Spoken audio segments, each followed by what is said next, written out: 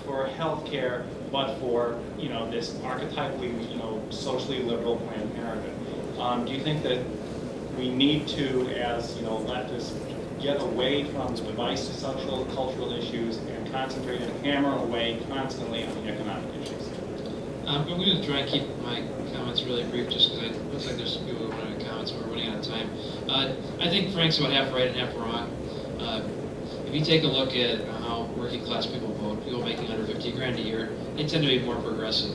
And they're not as concerned about these social issues. If you actually look at surveys, people who are pretty well off, make a lot of money, they're more concerned with those issues. So I think the Democratic Party would do a lot better if they actually stood for really progressive issues economically, and I agree that that should be the focus. I'm not terribly concerned about this whole culture war thing that Frank's talking about because it's a lot less extreme of an issue than he thinks it is. If you actually look at survey data, I mean, these are not the number one issues that poor people are thinking about. They're thinking about how they're going to feed their families, whether they have health care, a job.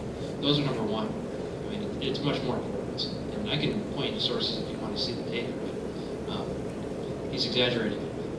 I mean, the only way to get people to vote against their interest is by working on these cultural issues, isn't it? Or just, people get demobilized because the Democratic Party doesn't do anything for them.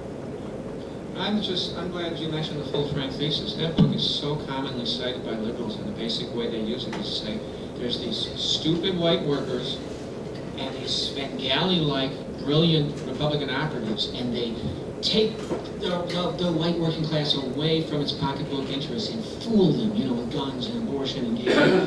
And people would read the entire Frank book all the way to the end, and particularly to page 256, they would see a whole analysis about the Democrats' basic, not just culpability, the basic responsibility for this because of their embracing of the corporatist agenda, and the not just taking workers' economic issues off of the table, shaming those issues, and calling them ridiculous infantile class warfare. What are you talking about this? As they're enabling the elite class warfare from the top down. And that's the key thing. These Republicans are not geniuses. I mean, a lot of these guys are clowns. It's a default process where the Democrats are just opening that door. They can use guns, they can use abortion, they can use gay rights, they can use whatever. A lot of people are thinking the Tea Party was actually using economic issues, trade and all that. But actually, Tony mentioned Putnam's thing. There's still, in many ways, that same game, social conservative base. At the beginning of 2009, Mitt Romney and Jeb Bush were touring the television stations talking about how the Republican Party had a new image. Pull the microphone down toward your mouth. Beginning of 2009, Mitt Romney and Jeb Bush were touring television stations talking about the Republican Party needing a new image change. And I thought, well, more like Bush 41 or 43 maybe. How does the Tea Party fit into that? And secondly, what's the difference between fake progressives and fake conservatives? Well, I mean, they did get their rebranding. There's no question about that. What's the significance of it? That was your question? I mean, The Tea Party. right. I mean, the sort of astroturf top down. Is it the whole Republican Party? Are there factions? Say, how we see Perry seems to be the Tea Party type. Romney seems to be, well, you could say Bush 41 type, Bush 43 type, maybe. there are factions. There are factions, but the what was called the moderate faction, the Republican Party, is increasingly becoming irrelevant. It's kind of like a dinosaur. It exists in pictures, but not really, you can't find it anywhere. So this idea of like moderate Republicans, if you go look at voting records, they're kind of gone. So I think that's a big part of what the Tea Party's been about. It's about framing this idea that there is this revolution in the Republican Party and it's an insurgency, and it's really truly different. And that allows a party that's been completely discredited as badly as the Republicans were in 08 to get back into power. That we really mean it this time. We're really going to be different. We found God. We're really going to change. They're not. Look at the voting record. So I think that that's the significance of the rebranding. It's a concession from the Republican Party implicitly that they don't have the ability to govern anymore. I mean, they've never really had it legitimately in the sense that we look at fear-mongering, but it's gotten to such extremes now that you have to construct fake social movements from the top down to even get back in office by default. It's pretty bad stuff. There are factional illusions within the Republican Party. The Tea Party does reflect some of that. It's not new. It's not new to the Tea Party. And this whole group of folks posing as free marketers. In October 2008, the original vote on the Bush-Paulson bank bailout, the House Republicans were 2-1 against it. And the original ones that were against it, citing free market, so on and so forth. And there's this hostility to Wall Street and centralized financial power to some extent within their constituencies, particularly in the South. Now the Dow Jones collapsed and they got re-educated. They got a bunch of lectures from Wall Street on the dysfunctionality of free market fundamentalism and the need to understand where the state capital is there. And they changed their vote the second time around. I think some of that was going on with this debt ceiling vote this time. But it's very important to bear in mind, more than half of the Tea Party voters ended up voting for raising the debt ceiling.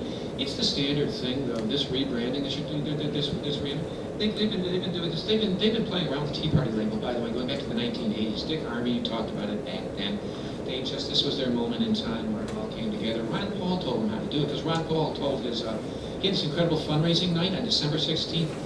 2007. December 16th was the day of the Tea Party, and he raked in like more money than the Republican had during the primary any one time. And I think that's when it really kicked in with the big GOP operatives. We got to use that label. That label's too good not to use. Of course, they kicked Ron Paul's libertarianism to the curb. And the difference between fake populism and fake progressivism. That's stuff. The difference between fake populism and fake progressivism. I mean, well, fake populism is what we document in the book. I mean, acting like you're a social movement when you aren't. Fake progressivism, are you referring to like the Democratic Party today? Yeah, Obama. Yeah, it's just talking about how you're progressive and then doing the exact opposite, kicking people You know, in the teeth. progressive is such a problematic label. I mean, it's just, what's not, everyone wants to call themselves something. No, I'm a medievalist. I advocate a return to the Spanish Inquisition. Sounds good. Yeah, chattel slavery, it's underestimated as an economic model in the globalization crisis. Yes, sir.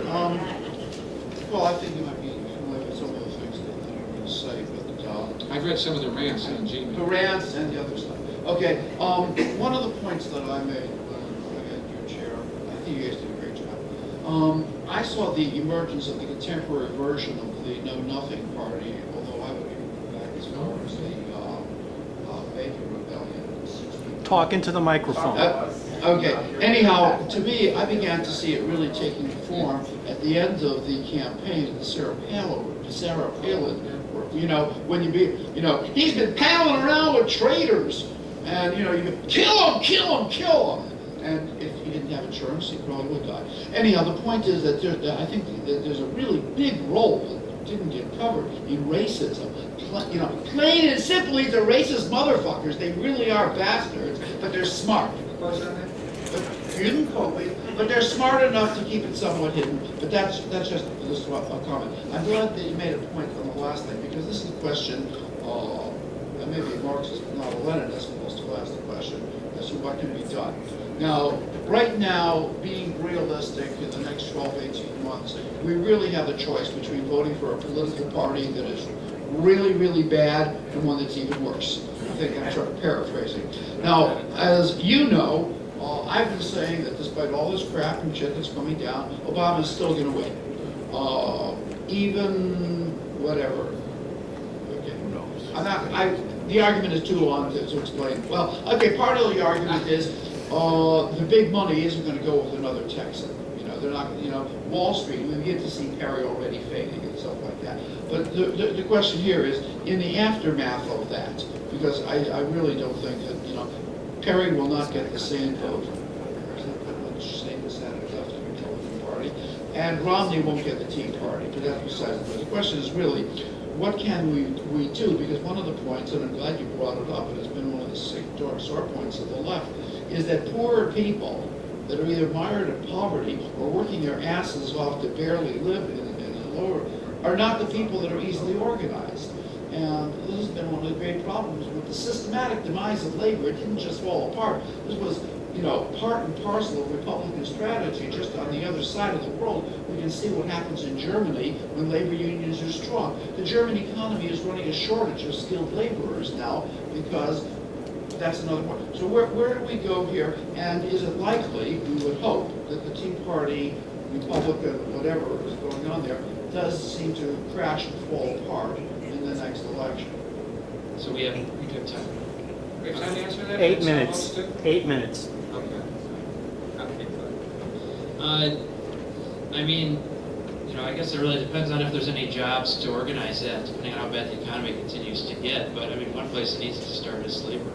I mean, people have to become active, and they need to start not just kind of like fighting against this chipping away at their benefits, but we need to actually have a resurgence of real unions in the private sector too. Political. Yeah. And to the extent that we have massive unemployment and there aren't any jobs, and the economy continues to crumble, I guess we just need people in the streets literally screaming. It's going to have to get to that point where necessity is the mother of invention, and people who were middle class now have nothing to do but to go protest every day at City Hall. If it's going to have to go there, it's going to have to go there. I don't know exactly how it's going to turn out, but without real organizations, you're either going to have to do something nonviolent like that, or we'll see like what happened in Britain with people rioting and stealing. I really hope it doesn't go there, but it could. So we'll see. I'm not going to call Obama coming back in 2012 or not. I'm the guy who early on said he was the next president. I thought the fact that he was black was not going to be an obstacle. Actually, that he would prevail. At 28, I thought that early on. From the perspective, if it really is just, if the elections really are just all about the hidden primary and the middle class, and in Wall Street, and not in fact everything else out, it's been a pretty sweet deal for them. I mean, they love it. They love this. He's the best president their money can buy. We have record profit rates. We have the bailouts expanded. There was a piece the other day, last month in the New York Times about the return of luxury purchases. More and more people shopping at Walmart, but at the elite level, the $2,500 ties are just flying off the rack. This is a heyday for a certain part of the population. It's going to be tough. It's going to be real tough because these unemployment numbers are it'd be a hell of a thing to be reelected with. He just had this record low popularity just the other day. And extraordinary numbers of people saying the country's moving in the wrong direction and all that kind of stuff. I think he's going to have some kind of an uptick on racism. Yeah, we do document a lot of racism. On black and white, it's pretty much just the racism that white Americans have, just worse. It's pretty much on the black and white, what we found. It's just because America's racist. They don't think racism is a barrier to black advancement anymore. It's just Tea Parties are worse than it. When you get to Muslims and Islam, it's just the open, complete, explicit bigotry. It's just absolutely off the charts. I do think the Tea Party's been on as racist. I get a little tick sometimes at liberals saying that it's all just completely about racism, because I maintain there would have been a Tea Party or something very much like it with the Hillary Clinton presidency or John Edwards presidency. It just would have been a little bit of a different kind of narrative. John Edwards said all this stuff that it would have been fit the whole narrative about the president being a Marxist, and there would have been a lot more sort of reactionary gender energy if Hillary Clinton had been in. But they use race baiting, and the Democrats. You don't have to have a black president to call the Democratic Party too close to blacks and Latinos. They always do that. And there's another thing with them too. The modern day Republican Party is pretty much opposed on principle. They do not accept the legitimacy of a Democratic president. Look at Bill Clinton. And I think we're in a period now where that's where their long-term position is. And if anyone wants to buy crashing the Tea Party, I think, sir, you're gonna have to talk to us privately after. This is the last question. Oh, I'm so sorry. I might have an anti-authoritarian. Don't cut me off. Demographic question again. So, what was like the age breakdown of the Tea Party? We hear a lot are maybe pensioners. Is that really true? And taking Medicaid? Yeah, older generally speaking. That's when I was talking about this. Well, I said sea of khaki and plaid at the rally. Sea of old khaki and plaid, yeah. The numbers are in here. I can show them to you after if you want, but disproportionately older too. Yeah, and that's part of the dynamics of their declining popularity is more and more people who are just sort of generically pissed off and told pollsters, I like the Tea Party, I don't like the direction of everybody. And then they're seniors, and they want their Medicare, and they want their Social Security, and they find out the gig army, other key Tea Party funded, the Koch brothers are involved in a long-term jihad against precisely those old age programs they need. All right, that wraps it. Thank you, guys.